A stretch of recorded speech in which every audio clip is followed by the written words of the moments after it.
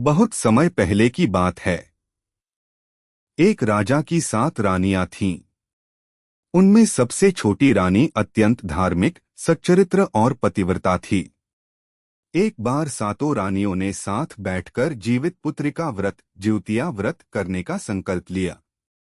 इस व्रत का नियम था कि पूरे दिन रात बिना अन्नजल ग्रहण किए उपवास करना होगा और भगवान की पूजा करनी होगी। सातों रानियों ने व्रत करना शुरू किया। दिन भर सभी ने व्रत का पालन किया।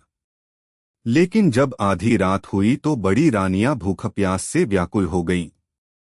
उन्हें जल और फल खाने की इच्छा हुई।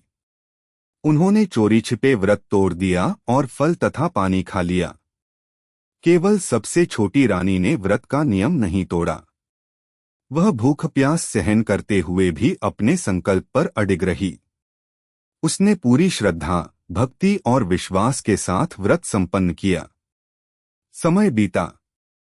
धीरे धीरे सभी रानियों को संतान की प्राप्ति हुई। लेकिन आश्चर्य की बात यह हुई कि जिन रानियों ने व्रत तोड़ा था, उनके पुत्र अल्पायु हुए और कुछ ही समय में मृत्यु को प्राप्त हो गए।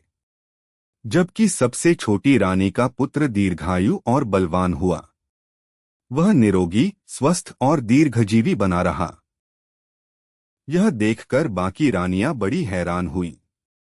वे सोचने लगीं कि ऐसा क्यों हुआ। तब उन्हें याद आया कि उन्होंने व्रत का नियम तोड़ दिया था और छोटी रानी ने पूरे नियम से व्रत किया था। उसी व्रत का फल उसे मिला कि उसका पुत्र स्वस्थ और दीर्घायु रहा। इसी कारण इस व्रत का नाम जीवित पुत्रिका व्रत या ज्योतिया व्रत पड़ा। कथा का महत्व। यह व्रत विशेष रूप से माताएं अपने पुत्र की लंबी आयु और सुख समृद्धि के लिए करती हैं।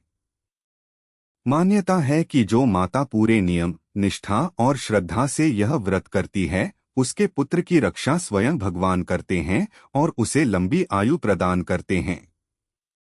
इस व्रत की पूजा के समय जीवित पुत्रिका माता तथा जीवित पुत्रिकेश्वर भगवान की आराधना की जाती है। माताएं उपवास करके संतान की मंगल कामना करती हैं। यह कथा सुनने और सुनाने से व्रती को पूरा फल प्राप्त होता है।